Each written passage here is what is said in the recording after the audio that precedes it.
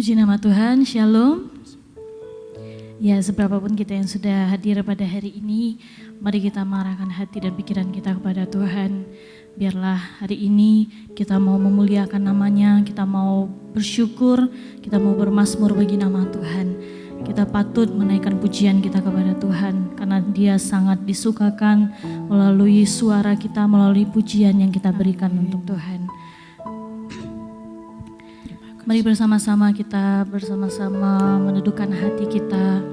Kita mau mengarahkan pikiran kita kepada Tuhan. Untuk kita bersama-sama datang memberikan ucapan syukur kita kepada Tuhan. Mari kita berdoa. Tuhan Allah Bapa di dalam surga, kami bersyukur Tuhan untuk hari ini atas kebaikan-Mu dalam hidup kami. Kami sungguh amat bersyukur untuk anugerah yang Tuhan nyatakan dalam hidup kami. Kami masih diberikan kesempatan Tuhan untuk beribadah hari ini. Semua karena anugerah-Mu, semua karena kasih-Mu Tuhan. Biarlah hari ini Bapa, kami mau datang dengan sungguh-sungguh dari hati kami. Kami mau melepaskan segala beban pikiran kami di luar, dan kami mau berfokus kepada Tuhan hari ini. Kami mau duduk diam, kami mau memuji dan menyembah nama-Mu Tuhan. Kami mau pakai mulut bibir kami untuk menaikkan mazmur kami bagi nama-Mu Tuhan. Hari ini Bapa, biarlah hati kami diteduhkan, jiwa kami diteduhkan, sehingga kami mau dapat fokus untuk datang dan masuk ke dalam hadirat-Mu Bapa. Terima kasih Tuhan, terima kasih. Berkati sidang jemaat-Mu yang sudah hadir, baik mereka yang masih di dalam perjalanan, juga Tuhan sertai bahkan kami yang ada di rumah yang mengikuti ibadah secara online. Tuhan juga melimpahkan anugerah-Mu, Tuhan limpahkan hadirat-Mu bagi setiap kami Tuhan. Terima kasih Bapa, terima kasih. Hanya di dalam nama Tuhan Yesus Engkau dimuliakan, Engkau diagungkan atas seluruh bumi. Haleluya, haleluya. Amin. Di dalam kitab Mazmur pasal yang ke-7 ayat yang ke-18 berkata, "Aku hendak bersyukur kepada Tuhan karena keadilan-Nya dan bermazmur bagi nama Tuhan yang maha tinggi. Ya Tuhan, Tuhan kami, betapa mulianya nama-Mu di seluruh bumi. Keagungan-Mu yang mengatasi langit dinyanyikan." Terima kasih Tuhan, kami mau bawa hidup kami untuk memuji dan meninggikan nama-Mu. Ini pujian kami Bapa. Aku hendak bersyukur pada Tuhan karena keadilan-Nya dan bermazmur bagi nama Tuhan yang maha tinggi.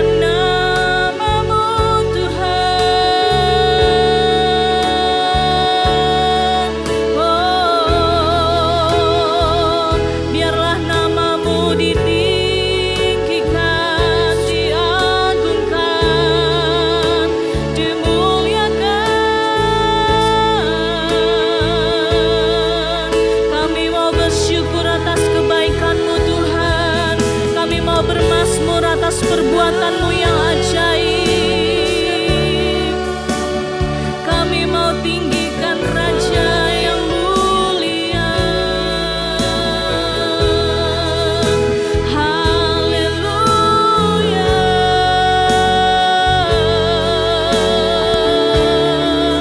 Terima kasih Yesus Tuhan.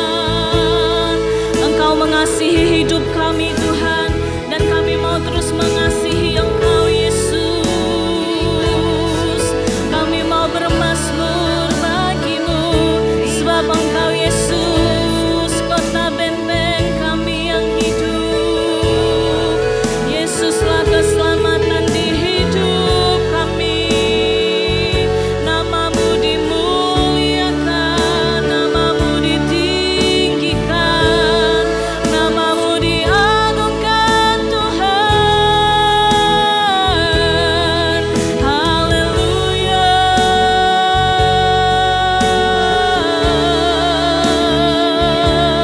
Bila setiap kami mau menaikkan pujian kami Tuhan, tanpa terkecuali kami di tempat ini kami bersuara dan kami mau menaikkan pujian syukur kami kepadamu Yesus. Kami mau terus meninggikan Nama-Mu dan menyukakan hati-Mu. Ya Allah, ya Syakar Allah, ya Allah, ya Se. Haleluya.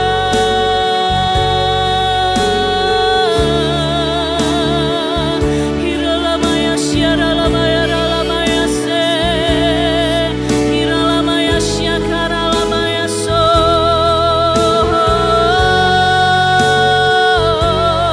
Biar setiap kami mengalami hadirat-Mu Tuhan, pribadi kami Tuhan boleh mengalami hadirat-Mu di tempat ini Yesus. Mari Kau hadir di hati kami. Allah Roh Kudus jamah kami. Allah Roh Kudus.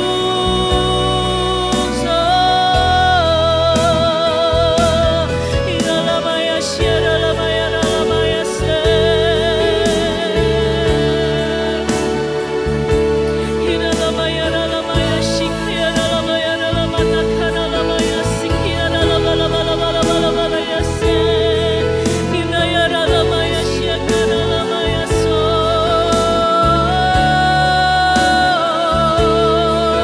Hina Lala ya Rala ya Rama ya Syaralama ya Se. Hati kami dikuatkan, jiwa kami memuji menyembah Nama-Mu yang kudus, Nama-Mu yang mulia.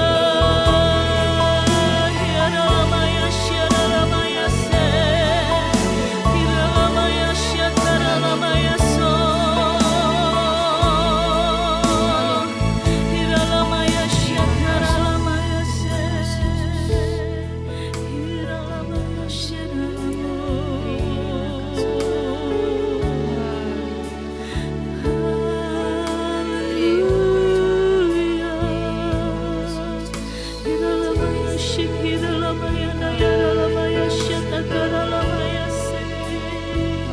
Biar kami mau letakkan hidup kami di dalam-Mu Tuhan.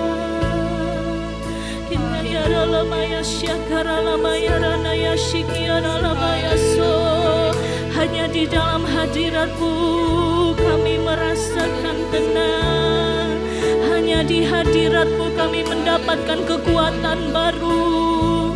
Hanya di dalam hadirat-Mu Tuhan ada kemenangan.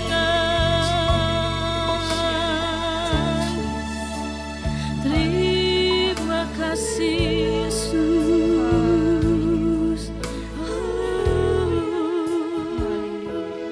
Ya Tuhan, Tuhan Kau. Ya Tuhan, betapa yang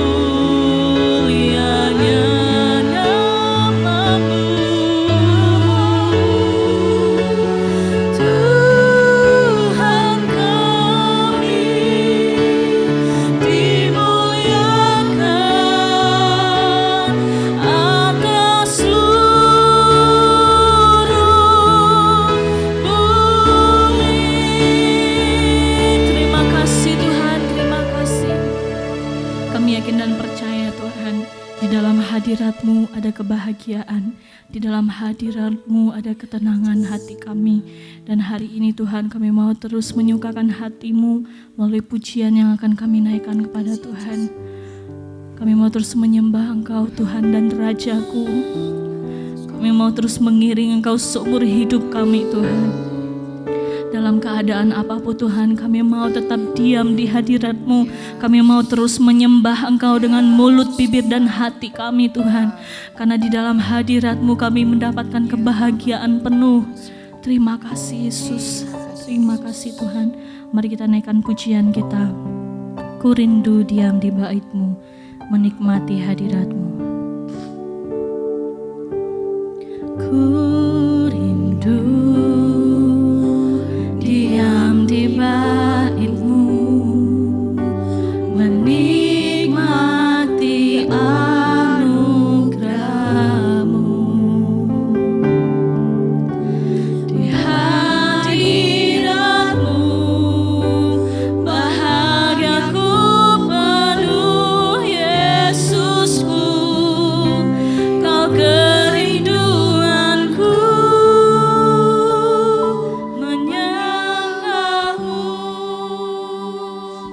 Tuhan dan Rajaku, memuji-Mu, Yesus kekasih jiwaku, mengikuti-Mu seluruh hidupku. Di hadirat-Mu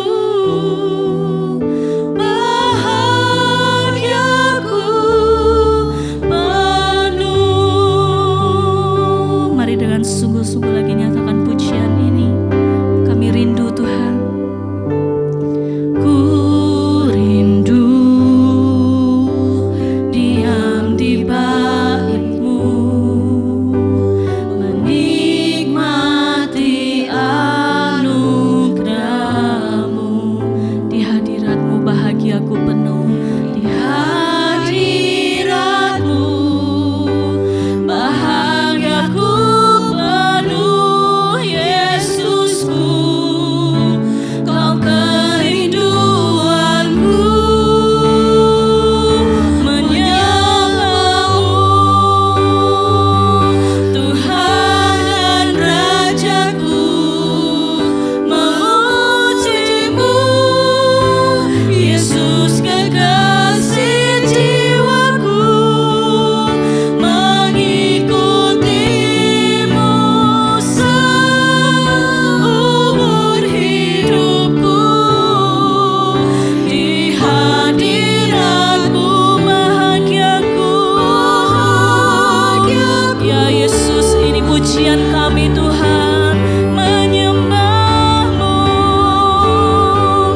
kita boleh bangkit berdiri bersama-sama.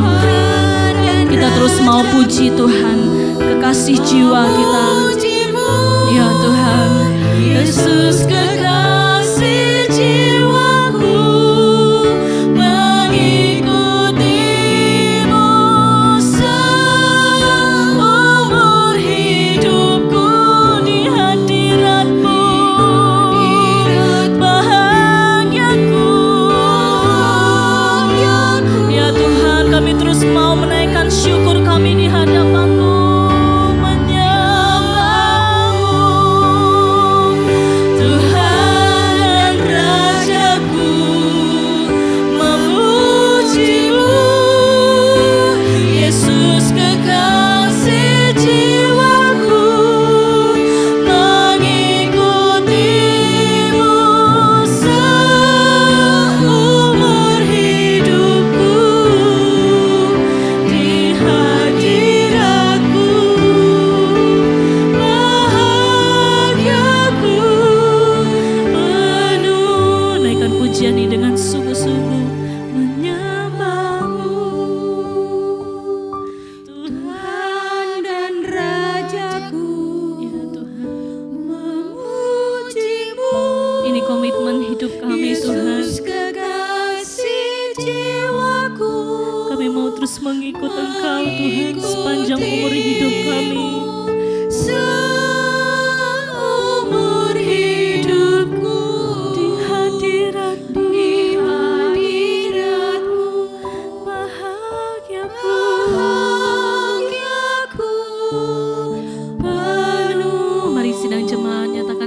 lagi menyembah-Mu. Tuhan dan Rajaku, memuji-Mu, Yesus kekasih jiwaku, ikutimu seumur hidupku, di hadirat-Mu bahagiaku penuh. Haleluya, haleluya, di hadirat-Mu. Mari rasakan pujian ini Bapak Ibu. Kami mau terus menyembah Engkau seumur hidup kami Tuhan. Kami mau terus meninggikan nama-Mu Yesus.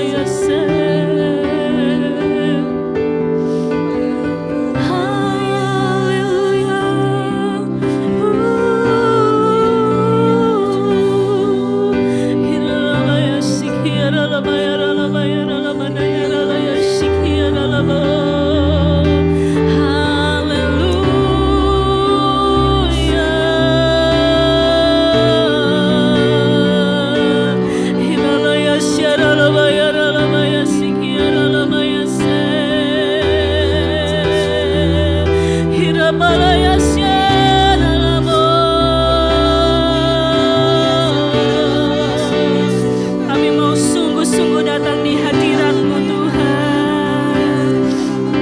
Kami mau sungguh-sungguh bawa hati kami di hadapan-Mu Yesus. Haleluya.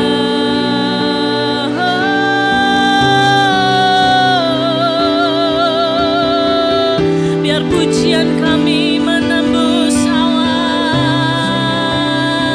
dan Kau disukakan Tuhan. Engkau disukakan lewat pujian kami. Hiralaya seralamaya so.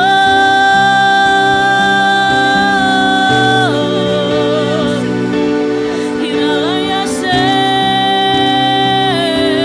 Kami mau menyembah Engkau Yesus di dalam roh dan kebenaran, dan lebih dalam kami mau menyembah-Mu. Kami mau menyembah Raja yang mulia. Yarala shikiralamaya so. Haleluya, haleluya. Terima kasih Tuhan, terima kasih Yesus. Sikirinalabaya ralabaya ralabaya ralabalabalabalabalabalabalabalabala sikiralabalabalabalabalabalabala. Hirababababababababaya shikiralamaya se. Mari Engkau hangatkan jiwa kami Tuhan. Engkau hangatkan jiwa kami Yesus. Hiramalaya syakanaya sikiralabalabala satakanaya ralamo. Ikaralaya serereralamaya so. Huralalalalalalalalalalalamaya ralamaya sikiralamaya se. Hurapalaya senakaralaya sikiramaya sikaralamaya so. Engkau hangatkan jiwa kami. Hiralaya syaralamaya se. Terima kasih Tuhan, terima kasih Yesus, terima kasih Tuhan. Biar setiap kami Tuhan terus memiliki jati diri sebagai seorang penyembah, karena ini adalah tugas kami. Dan ibadah hari ini pun Tuhan, sesuai dengan judul mengalami hadirat-Mu, biarlah sepanjang ibadah ini dilaksanakan, kami terus mau melakukan ini Tuhan, melakukan menyembah di dalam hadirat-Mu Tuhan. Kami melepaskan segala kesombongan diri kami duduk di bawah kaki-Mu, kami membawa hati kami yang rendah ini Tuhan, kami membawa hidup kami yang tidak ada apa-apanya ini Tuhan. Kami miskin di hadapan-Mu Tuhan, tapi kami percaya karena Engkau pemilik hidup kami sempurna di hadapan Tuhan, kami spesial di hadapan Tuhan, dan kami berharga di hadapan-Mu Tuhan. Terima kasih Tuhan, terima kasih. Ini pujian kami Tuhan, kami mau memberikan persembahan kami yang terbaik hanya di dalam nama Tuhan Yesus. Silakan duduk kembali Bapak Ibu, kita akan memberikan persembahan yang terbaik. Saya serahkan kepada Ibu Susi untuk memimpin kita di dalam doa persembahan. Terima kasih Tuhan, Engkau Allah yang baik, Allah yang dahsyat. Ya Yesus, Ucap syukur Tuhan buat kasih dan anugerah-Mu Tuhan. Terus Engkau hadir di tempat ini Tuhan, Kau lawat setiap kami Tuhan, Kau penuhi setiap kami. Terima kasih Yesus. Dan kini tiba saatnya kami mau memberikan korban syukur kami. Kiranya Engkau kuduskan dan sucikan Tuhan. Semuanya itu buat kemuliaan-Mu Tuhan di tempat ini Tuhan. Terima kasih Yesus. Dan Kau memberkati juga tugas kolektan Tuhan. Kau juga memberkati hidupnya dan pelayanannya. ya Tuhan, Hanya di dalam nama Tuhan hanya Yesus di dalam kami nama ucap Yesus. syukur. Haleluya, Haleluya. haleluya, amin.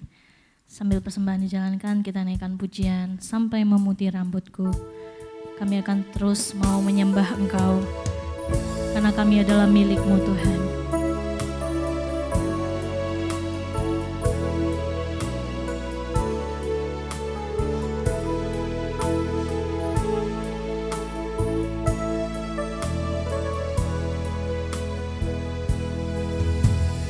Kau selalu hadir saat aku rindukanmu. Kau yang selalu setia, Kau yang selalu setia,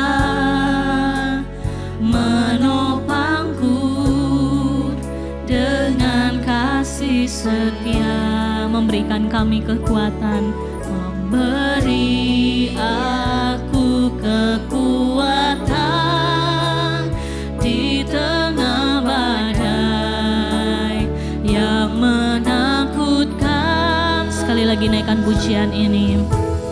Kau selalu hadir saat aku rindukanmu. Kau yang selalu setia Tuhan, Kau yang selalu setia, menopang hidup kami, menopangku dengan kasih setia, memberi aku kekuatan di tengah badai yang menakutkan, sampai memutih rambutku.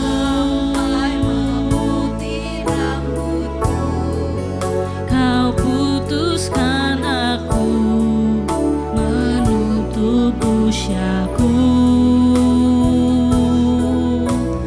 Ku kan selalu menyembah-Mu, oh Yesus Tuhanku. Ku milik-Mu, selamanya bagi-Mu. Kembali kita naikkan pujian ini. Kau selalu hadir saat kami merindukan-Mu Tuhan. Kau yang selalu hadir saat aku rindukan-Mu. Kau yang setia, Kau yang selalu setia, menopangku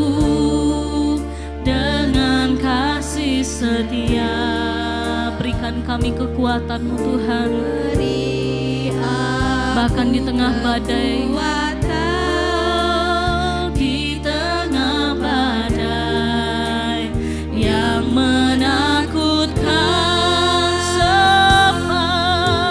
sampai memutih rambutku, Kau putuskan aku, menutup usiaku. Kami mau terus setia Tuhan, bukan selalu menyembah-Mu, oh Yesus Tuhanku. Ku milik-Mu, selamanya bagi-Mu sampai memutih. Mari kita bangkit berdiri bersama-sama, saya serahkan kepada hamba-Nya. Menutup usiaku, ku kan selalu menyembah-Mu, oh Yesus Tuhanku. Ku milik-Mu, selamanya bagi-Mu sampai memutih, sampai memutih rambutku. Kau putuskan aku, menutup usiaku. Ku kan selalu menyembah-Mu, oh Yesus Tuhanku. Ku milik-Mu, selamanya bagi-Mu. Ya Yesus, Sampai memutih rambutku, Kau putuskan aku, menutup usiaku.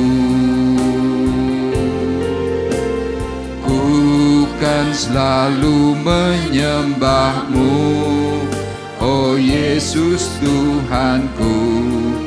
Ku milik-Mu, selamanya bagi-Mu.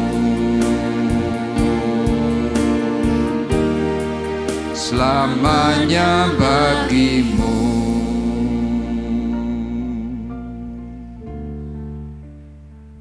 Terima kasih kepada Tuhan yang hidup. Karena Tuhan sampai hari ini memberikan topangan yang ajaib bagi kami semuanya. Sehingga kami tetap dicukupkan, kami dipelihara, dan kami memperoleh kekuatan yang daripada Tuhan. Itulah sebabnya Tuhan sore hari ini kami berhimpun, kami berkumpul untuk kami bersama-sama mendengar arahan dari setiap kebenaran firman yang Tuhan sudah tuliskan di dalam Alkitab yang kami miliki. Kami ingin lebih dalam Tuhan untuk memahami, untuk mengetahui setiap hal yang ada dalam kehidupan kami. Melalui berkat-berkatan firman yang sebentar akan kami dengar, Tuhan singkapkan segala sesuatu yang tersembunyi, sehingga kami boleh memahami setiap hal, perkara-perkara yang ada di dalam kehidupan di dalam dunia. Kami siap mendengar dan kami membuka telinga jasmani dan rohani kami dengan pertolongan Allah Roh Kudus yang menaungi kami semuanya. Tuhan menolong dan memberkati hamba-Mu, menolong dan memberkati akan sidang jemaat Tuhan yang sudah hadir. Di dalam nama Tuhan Yesus Kristus kami berdoa dan mengucapkan syukur kami. Kita semua yang diberkati oleh Tuhan bersama-sama berkata, amin. Puji Tuhan, dipersilahkan duduk. Shalom. Shalom. Haleluya. Masih punya semangat? Amin. Puji Tuhan. Bapak Ibu, minggu ini kita masih berbicara tentang seputar Paskah. Ya, tentang kebangkitan dan setiap peristiwa-peristiwa menjelang kematian dan juga kebangkitan. Nah, hari ini saya memberikan tema kegaduhan menjelang hari penyelamatan. Temanya apa saudara? Kegaduhan menjelang hari penyelamatan. Arif, yang ini tolong agak dikurangi dikit. Nah Bapak Ibu perhatikan secara baik. Setiap kali Tuhan mau mengerjakan yang namanya keselamatan, selalu saja pasti timbul yang namanya kegaduhan. Ya, contoh yang pertama yang saya catat adalah ketika Tuhan mau menyembuhkan orang gila di Gerasa. Tuhan menyeberang danau, kemudian belum sampai ke daerah Gerasa, tiba-tiba muncul badai. Ya, badainya besar. Sehingga para murid hari itu saling menyalahkan. Itu kegaduhan. Kemudian contoh yang kedua ketika Tuhan mau membangkitkan Lazarus. Ya, hari itu Tuhan masih dalam pelayanan, kemudian diberi kabar oleh keluarga Lazarus bahwa Lazarus sakit dan hampir mati. Orang-orang berkata, Tuhan, bukankah Lazarus itu adalah orang yang kau kasih? Tetapi kenapa engkau berlambat-lambat? Kemudian singkat cerita, banyak orang menuding Tuhan. Ya, itu juga salah satu bentuk kegaduhan. Nah, jadi kalau Bapak Ibu perhatikan, polanya adalah setiap kali Tuhan berkarya, iblis itu juga pasti kerja. Makanya yang lalu saya pernah memberikan tema, ya, keributan sebelum Anda dipulihkan, yaitu biasanya di dalam kehidupan rumah tangga. Banyak hari-hari kemarin atau hari ini ketika orang itu sedang mau datang kepada Tuhan melalui gereja, mereka ingin pulih, ketika mereka sedang menuju pemulihan tiba-tiba ada keributan. Dan banyak kasus biasanya mereka tidak mau melanjutkan untuk pergi ke gereja. Kenapa? Mereka berpikir ke gereja sama saja. Nah ternyata pola yang dilakukan oleh iblis menjelang salib, itu penyelamatan pertama, ada kegaduhan, ya bermacam-macam peristiwa. Kemudian menjelang penyelamatan yang kedua, ya ini penyelamatan kedua adalah waktu kedatangan Tuhan yang kedua kali. Ini juga mulai muncul yang namanya kegaduhan. Nah kita akan melihat dalam Injil Lukas pasal 21 ayat 25 sampai dengan ayat yang ke-28. Ya, saya mau sampaikan kepada Bapak Ibu, kegaduhan itu bukan suatu hal yang kebetulan. Tetapi kegaduhan adalah bagian dari momentum rohani. Jadi kalau Anda sudah mulai masuk dalam kerohanian, pasti Anda akan mengalami peristiwa-peristiwa yang tidak enak. Perhatikan, Lukas 21 ayat 25 sampai 28. Dan akan ada tanda-tanda pada matahari dan bulan dan bintang-bintang, dan di bumi bangsa-bangsa akan takut dan bingung menghadapi deru dan gelora laut. Bapak Ibu perhatikan, dulu waktu kita mungkin masih kecil, masih muda, di tahun-tahun 90, tahun 80-an, saya berani pastikan Bapak Ibu jarang mendengar kata tsunami. Orang nyebut tsunami aja bingung, tsunami itu apa sih? Tapi sesudah sekitar tahun 2000, ya antara tahun 2000, 2001, kemudian 2004, nama tsunami itu langsung muncul dan viral. Nah firman Tuhan memberikan catatan, akan ada tanda-tanda pada matahari dan bulan dan bintang-bintang. Jadi rupanya Bapak Ibu yang namanya kosmos, ya alam semesta, ditandai dengan adanya matahari, bulan dan bintang, itu terjadi yang namanya pergeseran. Nah sewaktu terjadi pergeseran yang namanya pergeseran fisika, kemudian dikatakan apa? Bumi, manusia ya, bangsa-bangsa akan takut dan bingung menghadapi deru dan gelora laut. Jadi ketika terjadi pergeseran di langit, maka secara otomatis yang namanya deru dan gelora laut itu akan muncul. Nah salah satunya yang hari ini banyak berbicara adalah tsunami. Bapak Ibu boleh perhatikan setiap kali ada gempa, Gempa itu berapapun kekuatannya, ada yang 4, ada yang 5, ada yang 6, BMKG pasti langsung memberikan pengumuman melalui media massa. Waspada dengan tsunami. Dan orang ketika diberitahu bahwa akan ada yang namanya tsunami, mereka takut. Mereka bingung mau lari kemana. Ayat 26 berkata, orang akan mati ketakutan karena kecemasan, berhubung dengan segala apa yang menimpa bumi ini. Dan Bapak Ibu perhatikan dalam ayat 26 bagian akhir dikatakan, sebab kuasa-kuasa langit akan goncang. Apa itu kuasa-kuasa langit? Yang pertama tadi, matahari, bulan, dan bintang-bintang itu akan mengalami sesuatu perubahan. Itu tafsir pertama.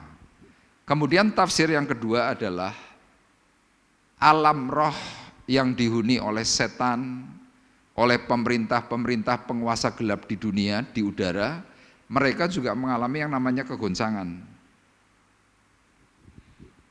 Nah ternyata kata akan ada kegoncangan memakai kata saleote sontai. Artinya apa? Digoyahkan, dibuat menjadi tidak stabil. Jadi Bapak Ibu perhatikan, di akhir zaman menjelang waktu kedatangan Tuhan, Tuhan itu sengaja dan mengizinkan bumi dan segala isinya itu dibuat menjadi tidak stabil. Muncul yang namanya kegoncangan.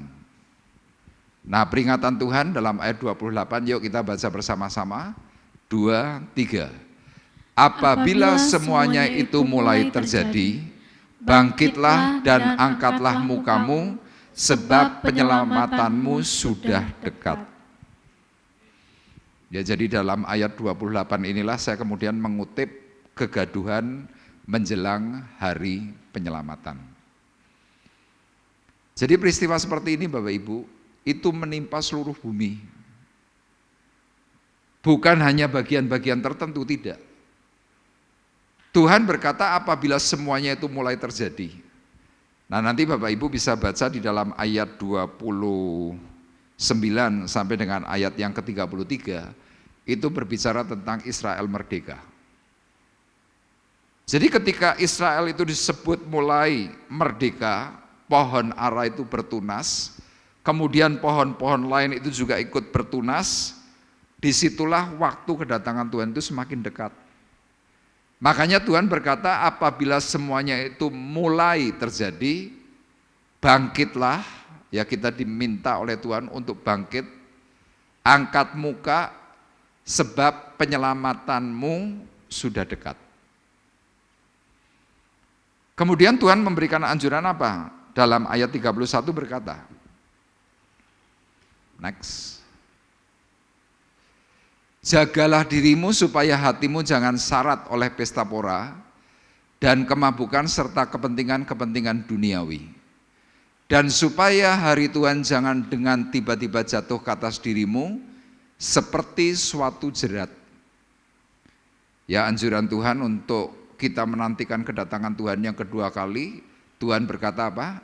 Jagalah dirimu supaya hatimu jangan syarat oleh pesta pora. Nah hari ini kalau Bapak Ibu perhatikan yang disebut pesta pora di sini bukan berarti kita pergi ke rumah dansa, pergi ke diskotik-diskotik, kita membangun hal-hal yang bersifat berkaitan dengan dugem, bukan itu. Tapi salah satunya yang disebutkan dalam Injil Lukas, peristiwa pesta pora itu akan muncul dengan adanya orang-orang yang suka makan dan minum, kawin dan mengawinkan. Nah Bapak Ibu sekarang perhatikan, di kota mana yang tidak ada kafe? Sekarang semua kota, mau kota kecil, kota besar, itu di kampung, di pelosok gunung, kafe semuanya ada. Nah orang sering nongkrong di situ. Manusia senang dengan hal-hal yang bersifat apa? Santai. Makanya Tuhan berkata apa? Jagalah dirimu. Dan Tuhan mengingatkan bahwa peristiwa yang nanti akan sangat mengerikan itu dalam ayat 35 dikatakan apa? Akan menimpa semua penduduk bumi. Jadi tidak ada satupun yang akan luput. Terus kuncinya supaya kita bisa lepas dari kegaduhan, supaya kita bisa lepas dari angkara murka Tuhan, Tuhan berkata apa? Berjaga-jagalah senantiasa sambil berdoa. Amin. Nah ini Bapak Ibu yang bagian paling sulit. Orang diajak untuk berdoa, orang diajak untuk berjaga-jaga, pasti banyak nolak. Jarang yang punya rasa antusiasme untuk apa? Segera datang, jarang. Nah kenapa kita perlu harus berdoa? Dikatakan supaya kamu beroleh kekuatan. Kekuatan apa? Untuk luput dari semua yang akan terjadi itu. Dan yang paling akhir adalah supaya kamu tahan berdiri di hadapan anak manusia.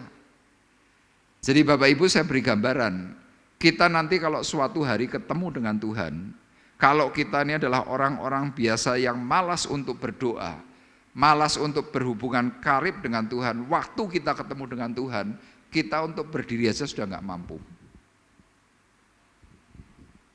Dan peristiwa ini pasti akan sangat mengerikan. Nah itu adalah peristiwa yang akan muncul di akhir zaman.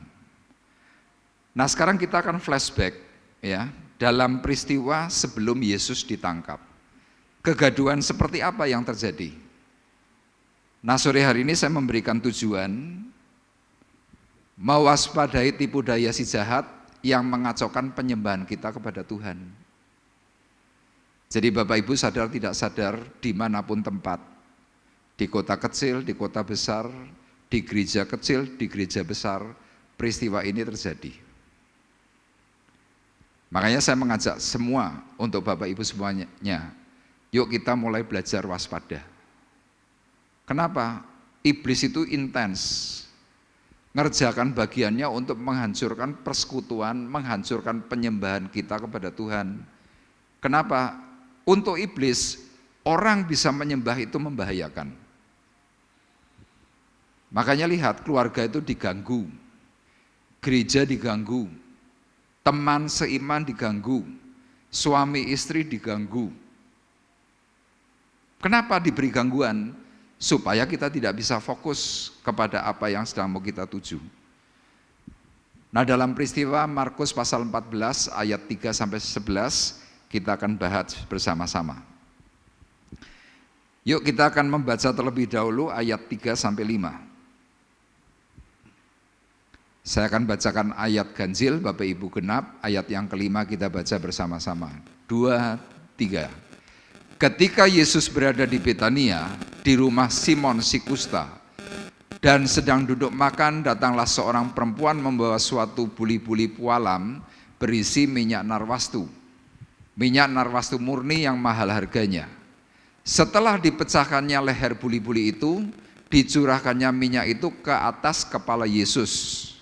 Ada orang yang menjadi gusar dan berkata seorang kepada yang lain, "Untuk apa pemborosan minyak narwastu ini?" Bersama-sama, sebab minyak ini dapat dijual 300 dinar lebih dan uangnya dapat diberikan kepada orang-orang miskin, lalu mereka memarahi perempuan itu. Amin. Bapak Ibu nanti di rumah baca judul perikop ini adalah Yesus diurapi. Jadi peristiwanya hari itu adalah peristiwa menjelang malam Paskah. Tuhan itu sedang mau bikin makan bersama para murid. Kemudian sebelum peristiwa itu terjadi, Yesus diundang di rumah Simon, si kusta yang pernah disembuhkan. Nah firman ini sekali lagi berkata ketika Yesus berada di Betania, Yesus diundang di rumah Simon si kusta, dan ketika sedang duduk makan, datanglah seorang perempuan membawa suatu buli-buli pualam berisi minyak narwastu, ya narwastu murni yang mahal harganya. Setelah dipecahkannya leher buli-buli itu, dicurahkan minyak itu ke atas kepala Yesus. Nah, kita sebagai orang Asia, tradisi seperti ini kan nggak ada. Tapi kalau di Israel, tradisi seperti ini ternyata apa? Peristiwa tentang pengurapan. Jadi Yesus yang sangat dihormati, Yesus satu pribadi yang memberikan pemulihan kesembuhan. Kemudian di sini ada seorang, ya kalau secara tafsir di dalam Injil Yohanes, orang ini adalah Maria. Maria saudaranya Marta, adiknya daripada Lazarus. Nanti Bapak Ibu bisa baca dalam Yohanes pasal 12, di situ diceritakan. Ketika Tuhan ada di rumah Simon si Kusta, kemudian Lazarus bersama Maria dan juga Marta ada di situ, kemudian mereka yang melayani. Nah, Maria membawa minyak narwastu ini satu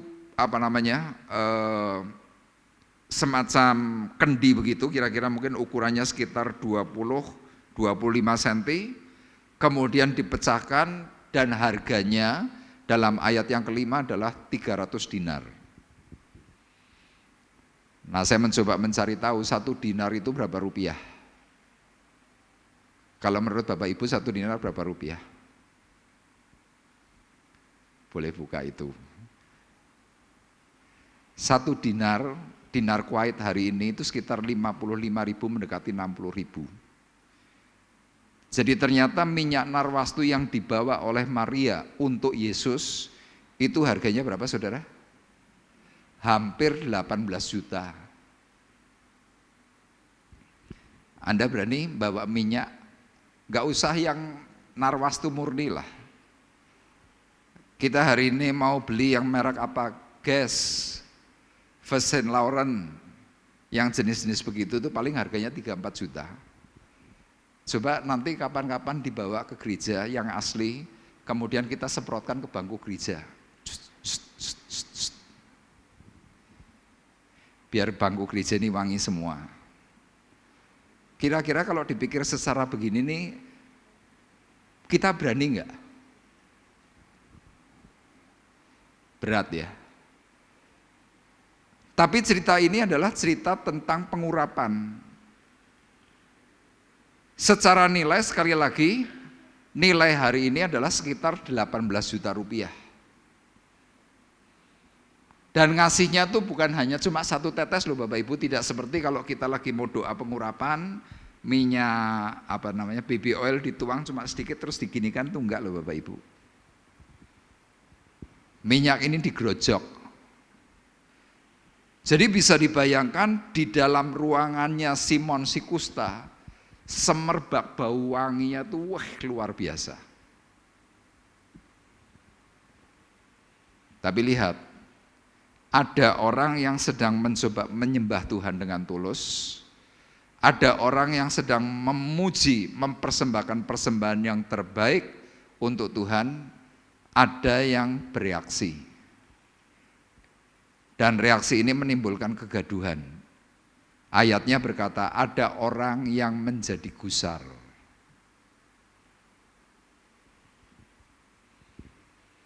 Loh, ada orang mau nyembah Tuhan kok marah? Dan orang ini kemudian berkata seorang kepada yang lain, saling ngomong begitu, ada Tuhan, ada penyembahan, mereka ini ngobrol. Obrolannya apa? Untuk apa pemborosan minyak narwastu ini? Sebab minyak ini dapat dijual 300 dinar lebih dan uangnya dapat diberikan kepada orang-orang miskin. Lalu mereka memarahi perempuan itu. Saya mau tanya kepada Bapak Ibu, di dalam ayat ini yang memarahi perempuan ini kira-kira siapa? Yudas Iskariot. Seorang yang sangat dekat dengan Tuhan, Tuhan sangat mengasihi Yudas. Tapi di sini kita bisa belajar. Ternyata orang yang dikasih Tuhan punya sikap hati tidak sungkan sama Tuhan. Ada orang yang mencoba menyembah Tuhan itu dengan baik. Orang yang dikasih oleh Tuhan reaksinya negatif. Kenapa Yudas Iskariot ini kok bisa memiliki satu sikap yang seperti itu? Karena di dalam diri Yudas detik itu dia sudah mulai kemasukan setan. Makanya hal yang pertama, mengapa terjadi kegaduhan menjelang hari penyelamatan? Dan mengapa kita perlu waspada melalui doa? Karena yang pertama, si jahat itu kepinginnya menganulir yang namanya penyembahan. Anda tahu anulir artinya? Anulir itu artinya membatalkan, menonaktifkan, tidak menjalankan dengan tepat, itu anulir.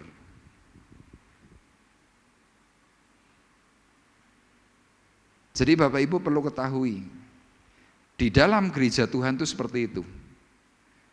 Ketika masa penyelamatan itu hampir datang, ada saja orang yang selalu membuat gaduh. Saya tuliskan dalam kesimpulan itu seperti ini. Si jahat itu tidak menyukai penyembahan dan persembahan kepada Tuhan. Jadi Bapak Ibu perlu waspada, Bapak Ibu perlu tahu, di dalam rumah Tuhan, di dalam gereja Tuhan, itu ada saja yang namanya setan. Setan itu bisa merasuk siapapun. Ya bukan hanya jemaat, pendeta pun bisa dirasuk setan. Makanya ada pendeta yang jatuh, ada pendeta yang jahat, ada pendeta yang utang tidak bayar, itu ada. Makanya saya di sini tidak memakai kata setan atau iblis, tetapi memakai kata si jahat, tidak menyukai yang namanya penyembahan, tidak menyukai yang namanya persembahan kepada Tuhan. Dan si jahat ini bisa memakai orang-orang yang busuk hatinya. Busuk hati yang bagaimana? Yang berkedok rohani untuk apa? Menghambat penyembahan kepada Tuhan akan terjadi, agar terjadi disharmonis. Sama dalam peristiwa itu. Sekarang saya mau tanya, salahnya Maria memberikan korban persembahan kepada Tuhan itu salahnya di mana?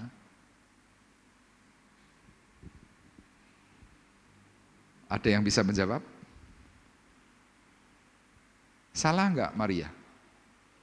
Kan enggak. Tapi lihat, ada orang yang terusik. Tujuan daripada si jahat itu apa?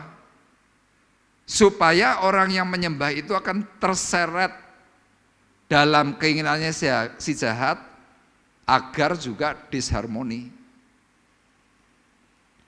Makanya lihat, di dalam gereja itu akan muncul, ya terjadi penyembahan yang tulus, dianggap salah. Kemudian yang rohani dipelintir jadi logika ekonomi. Dan Bapak Ibu boleh cek, dalam setiap peristiwa yang namanya mungkin peristiwa hari besar. Misalkan Natal. Pernah enggak Natal itu semuanya mulus, baik, tidak ada keributan, ada enggak? Halo Bapak Ibu? Mesti ribut. Gara-gara cuma dodo mentok siji loh jadi masalah. Gara-gara pupu ono cakarewe sudah di masalah. Sama, Yudas ini kan murid Tuhan, dia rasul. Tapi dia memikirkan hal peristiwa itu penyembahan dipelintir menjadi peristiwa ekonomi. Boros. Nah coba Bapak Ibu andai kata ya, ini saya beri contoh. Bapak Ibu saya berkati dengan makanan. Kemudian tiba-tiba ada yang teriak, boros. Saya mau tanya, makanan enak tetap enak atau jadi tidak enak? Tidak enak. Ada yang dengan sengaja, ya wes daripada dadi marake cangkem tak tinggal ora sido mangan. Loh ini fakta. Tapi si jahat ini kan tidak urusan dengan itu. Si jahat meskipun dalam sosok yang kelihatan rohani, Dia dipakai oleh iblis untuk apa? Menghancurkan yang namanya penyembahan, menganulir yang namanya penyembahan. Tujuannya apa? Supaya fokus kepada Yesus itu berpaling untuk hal yang lain. Dalam peristiwa ini, tadi di dalam ayat yang keempat, ketika muncul satu perkataan, kemudian firman ini berkata apa? Dan berkata seorang kepada yang lain. Jadi yang gaduh itu cuma satu, ngomong dengan yang lain, akhirnya seluruh rumah itu gaduh. Sama di dalam gereja seperti itu, yang ngomong satu, kemudian yang terjadi seluruh gereja gaduh. Nanti yang tidak mudeng cuma nanya, jane ono urusan apa? Kalau saya tanya kepada Bapak Ibu, ono urusan apa Pak? Bu? Jawabannya apa? Orang ngerti, pokoknya ngerti-ngerti geger. Nah sekarang pertanyaannya, kenapa gereja dibuat ribut? Hari ini adalah waktu penyelamatan yang kedua. Bapak Ibu saya ingatkan, nanti yang ribut itu bukan hanya cuma manusia gereja, bukan. Firman dalam Injil Lukas pasal 25 dikatakan apa? Bangsa-bangsa akan bingung. Jadi yang bingung itu bukan hanya orang gereja, tapi semua manusia itu nanti akan bingung. Kenapa bingung? Hari ini kita semuanya, termasuk bangsa-bangsa yang ada di Israel, itu sedang kehilangan arah rohani. Mereka hanya saling beropini, mereka hanya berpendapat. Oh, nek menurut aku gini. Ditambahi dengan yang namanya deru perang. Akibat dari semua itu nanti bangsa-bangsa saling mengkritik. Dan ini hari ini sudah dan sedang terjadi. Kritik dunia itu muncul. Nah, ketika kritik dunia itu muncul, yang terjadi lagi apa? Logika dunia mengarah, mengjudge, menghakimi gereja. Gereja tidak mempunyai nilai, gereja tidak mempunyai fungsi. Makanya dalam ayat ini, dalam ayatnya yang keempat disebutkan apa? Untuk apa pemborosan itu? Ya nanti Bapak Ibu kalau sudah sampai tuntas dalam ayat sampai ayat 11, nanti kita bisa tahu kenapa gereja itu digoncang. Kenapa gereja itu dibuat gaduh. Dalam hal yang pertama ini Bapak Ibu, supaya kita sebagai manusia percaya itu tidak bisa menyembah. Loh, saya sering kali mendengar kabar, bukan hanya dari gereja di tempat ini, di gereja yang lain. Tahu-tahu orang berkata, Pak, saya pindah gereja. Loh kenapa? Gak bisa fokus. Loh memangnya kenapa? Ya sudah, pokoknya gak bisa fokus.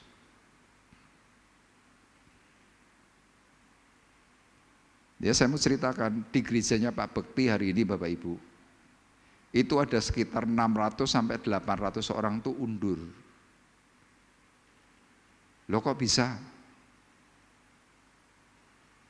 Mereka berkata tidak bisa fokus.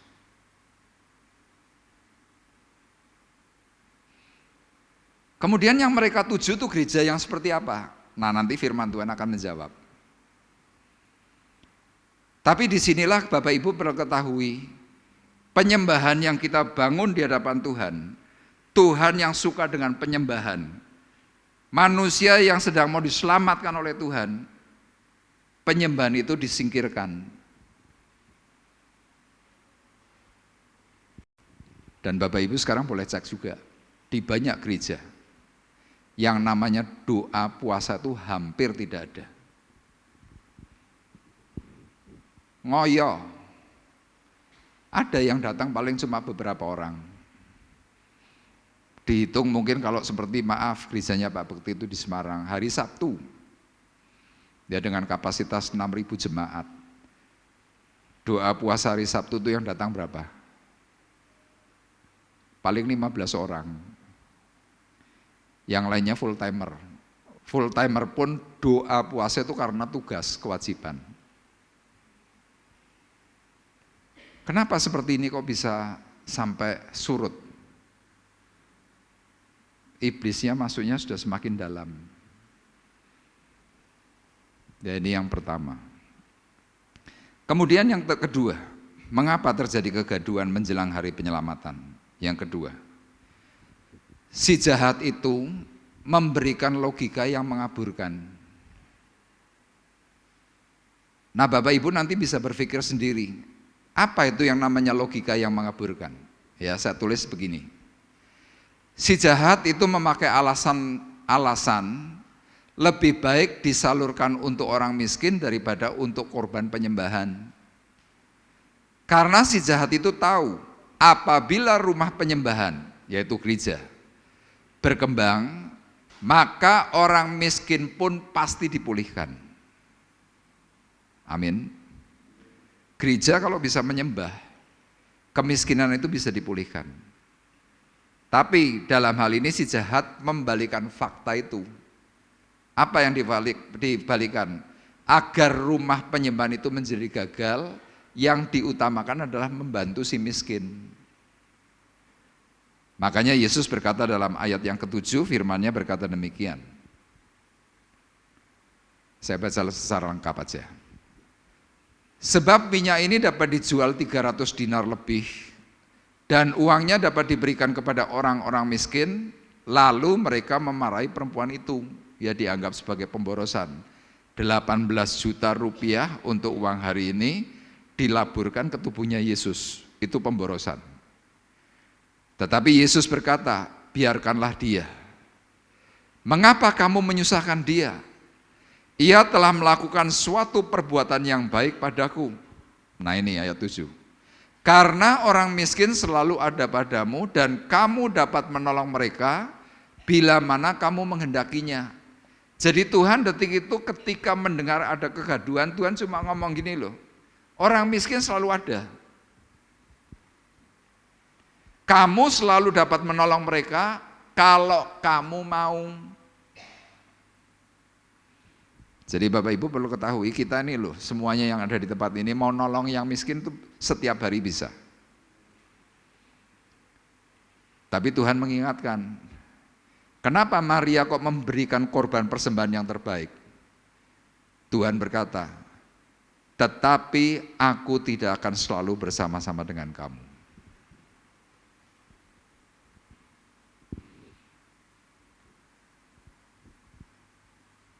Jadi si jahat ini mencoba mengaburkan logika kita.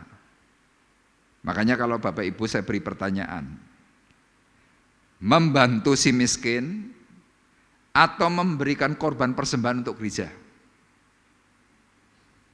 Yang membantu si miskin angkat tangan. Berarti di sini tidak ada yang mau membantu si miskin. Yang kedua, bayar perpuluhan dan memberi kolekte untuk gereja, coba angkat tangan. Semuanya angkat tangan. Berarti Anda nggak mau membantu si miskin dong. Bingung kan? Ini yang namanya logika yang dikaburkan ini. Orang di luar sana berkata, daripada memberi korban persembahan untuk gereja, gereja sudah kaya, mendingan uangnya disalurkan untuk si miskin. Gereja nggak dapat persembahan. Nah, Yudas memakai kata ini untuk apa? Mengaburkan logika. Kan kita bingung. Ngasih kepada Tuhan, si miskin tidak tertolong. Kita nolong si miskin, Tuhan berkata, aku tidak akan selalu bersama-sama kamu.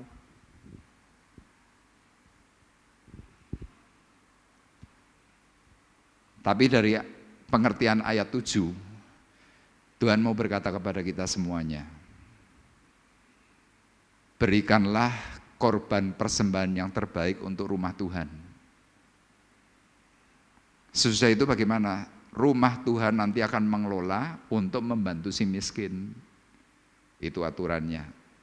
Tapi banyak dari kita tidak begitu Bapak Ibu. Kenapa? Ada banyak peristiwa. Saya tanya kepada orang-orang tertentu, Pak, bayar perpuluhan enggak? Pak, mengembalikan perpuluhan enggak? Enggak. Lah kenapa? Gereja sudah kaya. Dan kalau saya memberikan korban persepuluhan kepada gereja, belum tentu gereja menyalurkan untuk si miskin. Jadi kenapa saya tidak membayar persepuluhan? Karena lebih baik saya salurkan. Dan ternyata Bapak Ibu, dari cerita ini kita tahu sekarang, ketika kita melakukan peristiwa seperti yang dikatakan oleh Yudas, kita ini sedang mengikuti pikirannya setan. Loh kelihatannya baik loh, membantu si miskin. Kelihatannya baik. Tetapi yang namanya penyembahan dan persembahan kepada Tuhan itu dinihilkan. Makanya tadi dalam teks ya PowerPoint yang kedua, saya tuliskannya begini sekali lagi. Si jahat memakai alasan lebih baik disalurkan untuk orang miskin daripada untuk korban penyembahan. Itu pikiran si jahat. Kenapa? Karena si jahat tahu apabila rumah penyembahan, yaitu gereja, bisa berkembang, maka orang miskin pun bisa dipulihkan. Ini bahaya buat setan. Kenapa? Kemiskinan itu produknya setan. Orang hutang piutang itu produk setan. Jadi ketika setan mencoba memanipulasi, mengaburkan yang namanya logika, ini dibolak-balik dan kelihatannya semuanya baik, kelihatannya. Makanya dalam tulisan ini saya tulis, dalam hal ini si jahat membalikan fakta itu agar rumah penyembahan menjadi gagal. Dan hari ini banyak sekali rumah penyembahan itu gagal. Kenapa gagal? Banyak gereja tidak mampu untuk membiayai sebuah pergerakan gereja. Makanya Yesus berkata, orang miskin ada selalu ada padamu. Kalau kamu memang niat mau membantu, itu setiap hari bisa. Tetapi, aku, Tuhan berkata, tidak selalu bersama-sama dengan kamu.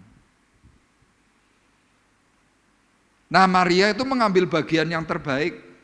Ia telah melakukan apa yang dapat dilakukannya, tubuhku telah diminyakinya sebagai persiapan untuk penguburan itu. Saya membaca ini dalam tafsir, ini yang namanya hikmat profetik. Belum kejadian mati, tetapi Tuhan Allah itu sudah memberikan hikmat kepada Maria, berikanlah urapan untuk Yesus sebagai apa? Tanda kematian dan tanda penguburan. Ini loh Bapak Ibu. Dan Tuhan mau mengingatkan, penyembahan yang benar seperti halnya Maria, itu selalu berkaitan dengan salib. Selalu berkaitan dengan salib. Ya jadi kalau kita pelajari Bapak Ibu, Injil Markus pasal 14, ya saya sebagai penyampai firman aja sampai awal tuh tidak mudeng. Wih, ternyata di dalam perkataan firman itu ada banyak sekali rahasia yang selama ini tersembunyi dan kita nggak pernah tahu. Kan aneh ya, setiap kali Tuhan mau bikin yang namanya penyelamatan, kok mesti gaduh, kok mesti ribut, kok mesti rame, itu selalu. Nah ternyata dalam perkara seperti ini ada tipu dayanya iblis yang turut bekerja. Ya, jadi ini yang kedua, mengaburkan logika. Kemudian yang terakhir, yang ketiga, apa yang iblis lakukan supaya kegaduhan itu terjadi? Kebersamaan itu dikoyak. Ayatnya berkata demikian. Lalu pergilah Yudas Iskariot. Ya, habis ngamuk-ngamuk, pergi.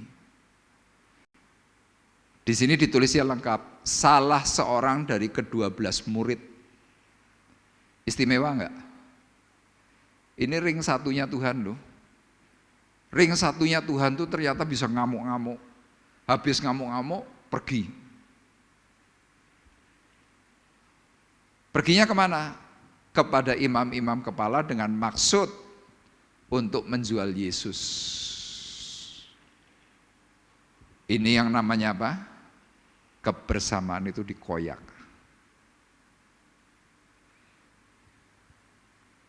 Mereka sangat gembira waktu mendengarnya. Para imam itu senang, orang agama itu senang. Dan mereka berjanji akan memberikan uang kepada Yudas. Kemudian Yudas mencari kesempatan yang baik untuk menyerahkan Yesus.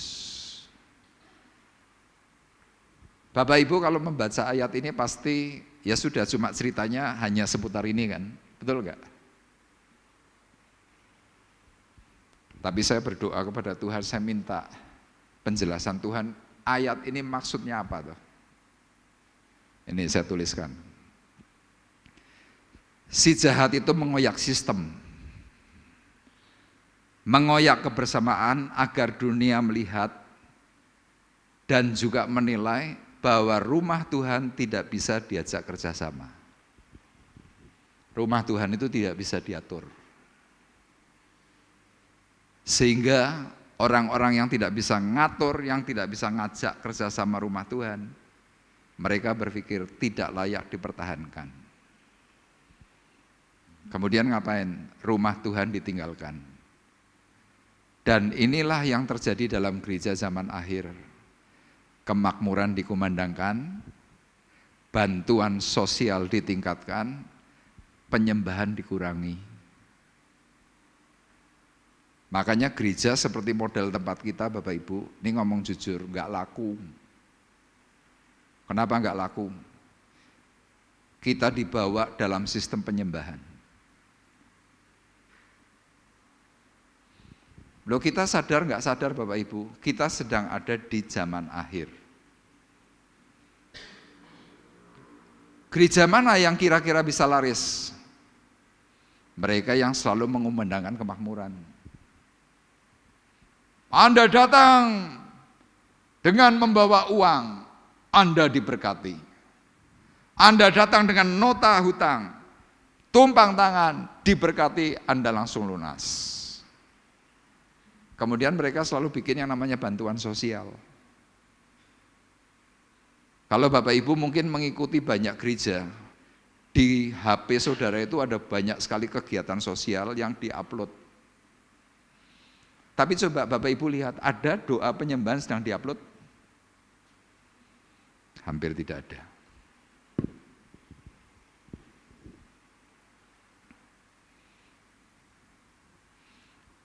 Makanya tadi di dalam ayat yang ke-10 dan ayat 11, perhatikan. Pergilah Yudas Iskariot. Ngapain? Meninggalkan Tuhan. Dijelaskannya meninggalkan itu siapa? Seorang dari ke-12 murid. Kemudian Yudas ini pergi kemana? Kepada sistem agama. Tujuannya untuk apa? Menganulir Yesus. Makanya sekarang nama Tuhan itu tidak terlalu kuat untuk dikumandangkan. Nah, waktu ada pengkhianat, waktu ada murid Tuhan yang jelas dikasih Tuhan, berkhianat. Orang agama langsung apa? Mereka gembira. Waktu mendengarnya, kemudian janjinya apa? Akan memberikan uang. Sudah komplit. Nah, Bapak Ibu perlu ketahui, di Jerman hari ini Anda cari gereja itu sudah susah. Ada tapi susah. Di Belanda gereja dijadikan apa? Diskotik dan nightclub. Anda coba cari gereja susah. Di Prancis sama. Di kota-kota, di negara-negara Eropa, cari penyembahan, cari gereja itu susah. Kenapa susah? Seperti yang Yudas lakukan. Yesus dijual, gereja dijual. Kenapa ini terjadi? Menjelang penyelamatan yang kedua itu muncul. Jadi malam hari ini Bapak Ibu saya bawa dalam sebuah pengertian. Hidup kita itu sebenarnya amat sangat riskan. Kita yang baik-baik, kita diporak-porandakan. Kebersamaan kita yang sangat baik tiba-tiba dikoyak. Kalau diberi pertanyaan, kenapa bisa dikoyak? Kita jawab tidak tahu.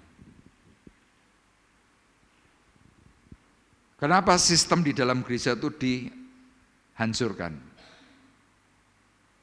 Karena iblis tahu, kalau sistem ini bisa berjalan dengan baik, banyak orang yang diselamatkan, banyak orang yang dipulihkan. Jadi malam hari ini saya mau memberikan sebuah kesimpulan.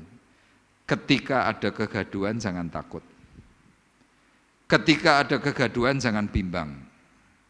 Sebab setiap kali Tuhan akan melakukan penyelamatan, dunia dibuat tidak tenang.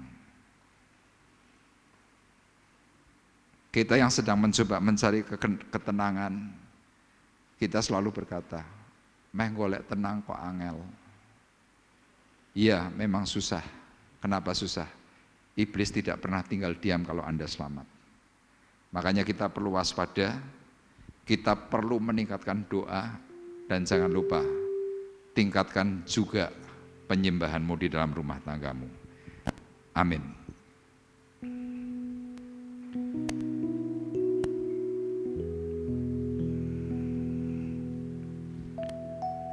Haleluya.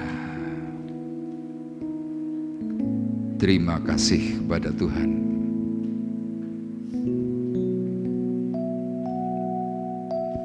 Jiwaku bertanya, apakah masih ada harapan melewati tangisan, rasa sesak di dada. Imanku berkata, Tuhanku yang pegang kuasa, Dia selalu bekerja, meski mataku tak melihat, walaupun gunung itu tak berpindah, tetap percaya Kau yang punya kuasa. Sekalipun ku dalam lembah gelap, tak mengapa asal Kau di sampingku. Walaupun masalahku masih ada, tetap percaya rencanamu terindah. Pribadimu takkan pernah berubah.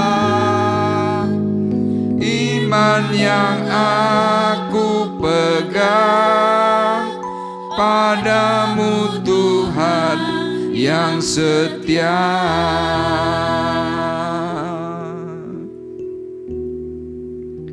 Mari bersama-sama malam hari ini kita kembali merenungkan apa yang Tuhan sudah singkapkan. Mungkin ada kegaduhan dalam rumah tanggamu, tetapi Tuhan mencoba mengingatkan kepada kita, kegaduhan bukan ancaman, melainkan waktu penyelamatan itu sudah dekat. Bagi kita semuanya, waspadalah, jangan mau engkau dikacaukan. Kegaduhan dalam gereja, karena iblis sedemikian takut ketika orang-orang beriman di dalam Tuhan menjalin kebersamaan. Dibuatlah tuduhan untuk mengacaukan sistem. Terjadi bullying, terjadi saling menyalahkan. Itulah cara kerja iblis, cara kerja setan. Kebersamaan itu diporak-porandakan, logika yang kita miliki dikaburkan. Kita diberi pilihan yang sulit, memberi persembahan untuk gereja atau menolong orang yang susah, menolong orang yang miskin. Hal itu terus dibawa oleh si jahat untuk memanipulasi pikiran kita masing-masing. Dan akibat dari itu semuanya, penyembahan dianulir. Penyembahan itu ditolak. Penyembahan itu dibatalkan. Karena disitulah terjadi kelemahan. Ketika penyembahan itu tidak berjalan dengan baik, maka gereja akan lumpuh. Gereja akan hancur. Ketika gereja dihancurkan, maka orang-orang yang berjemaat, iman mereka semuanya rontok, gugur. Tetapi bersyukur malam hari ini, Tuhan menyingkapkan setiap detail, menyingkapkan rahasia yang tersembunyi yang selama ini kita pertanyakan.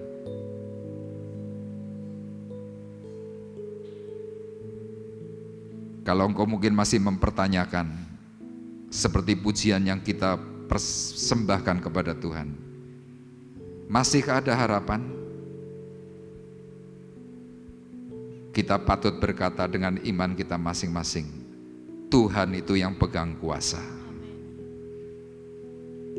Mari kita bersama-sama mengangkat tangan kita di hadapan Tuhan. Jiwaku bertanya,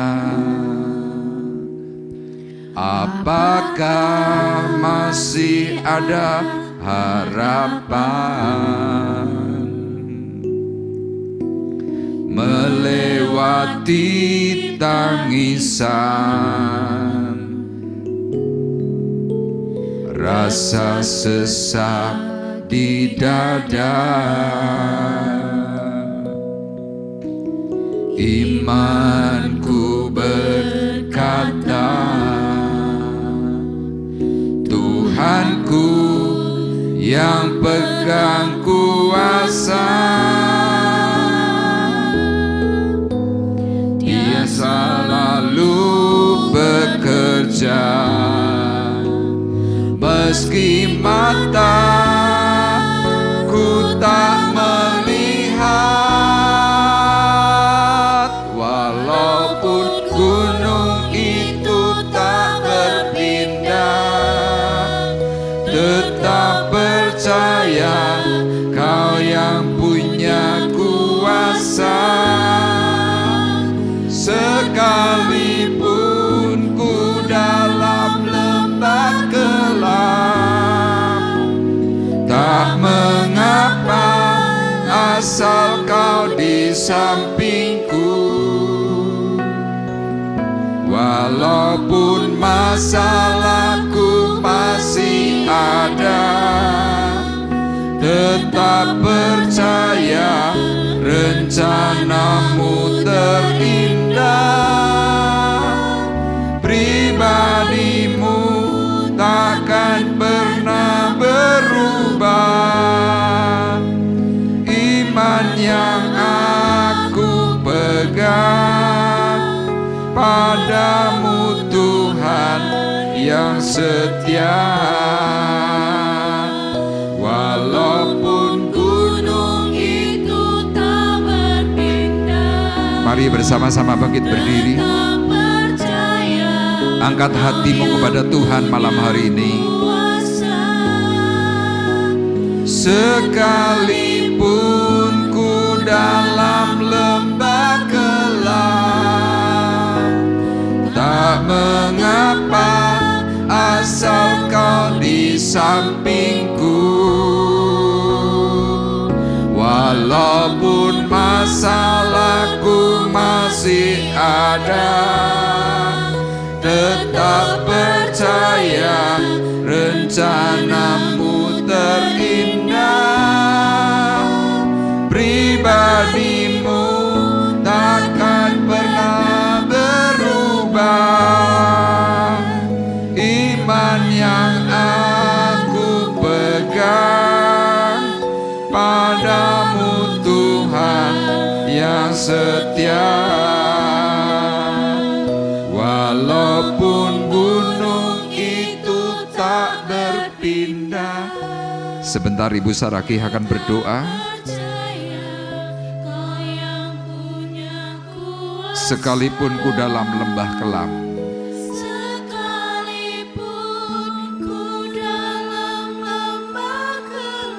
tak mengapa asal kau di sampingku.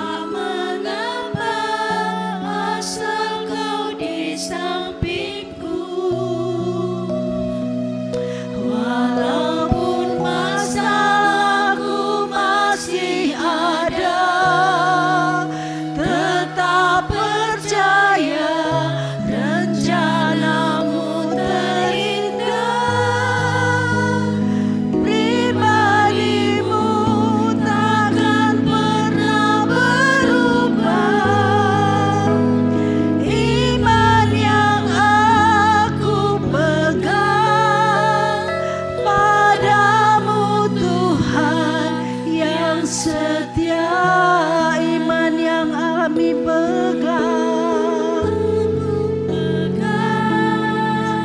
padamu Tuhan yang setia. Sekali lagi katakan iman yang kami pegang padamu Tuhan yang setia. Kami percaya iman kami hanya kepadamu Tuhan. Kami percaya Engkau Allah kami yang dahsyat, Allah kami yang luar biasa, Allah kami yang perkasa. Sekalipun dunia boleh bergoncang, kami percaya Tuhan Engkau adalah pribadi yang tidak pernah meninggalkan kami. Malam hari ini kami bersyukur kami boleh diberkati oleh kebenaran firman Tuhan. Sekalipun si jahat akan mengganggu setiap kami, tapi kami percaya iman yang kami pegang tetap mengandalkan Engkau Tuhan Yesus.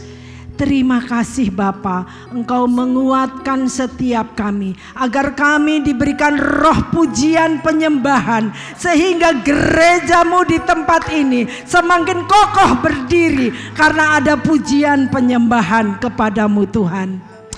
Biarlah Tuhan Yesus Kristus, kalau Tuhan izinkan gonjang-ganjing boleh terjadi di gereja ini, tapi kami percaya semuanya itu untuk mendatangkan kebaikan bagi setiap kami. Dan kami yakin dan percaya bahwa gerejamu di tempat ini akan tumbuh berkembang seturut dengan rencana dan kehendakmu. Kami mau menjadi penuai-penuai di akhir zaman, sehingga hidup kami semakin berkenan di hadapanmu. Terima kasih Bapa, kalau malam hari ini kami dikuatkan, kami diteguhkan, kami disegarkan. Terima kasih Tuhan untuk kebenaran firman-Mu. Berkati hamba-Mu yang sudah menyampaikan kebenaran firman Tuhan ini Tuhan.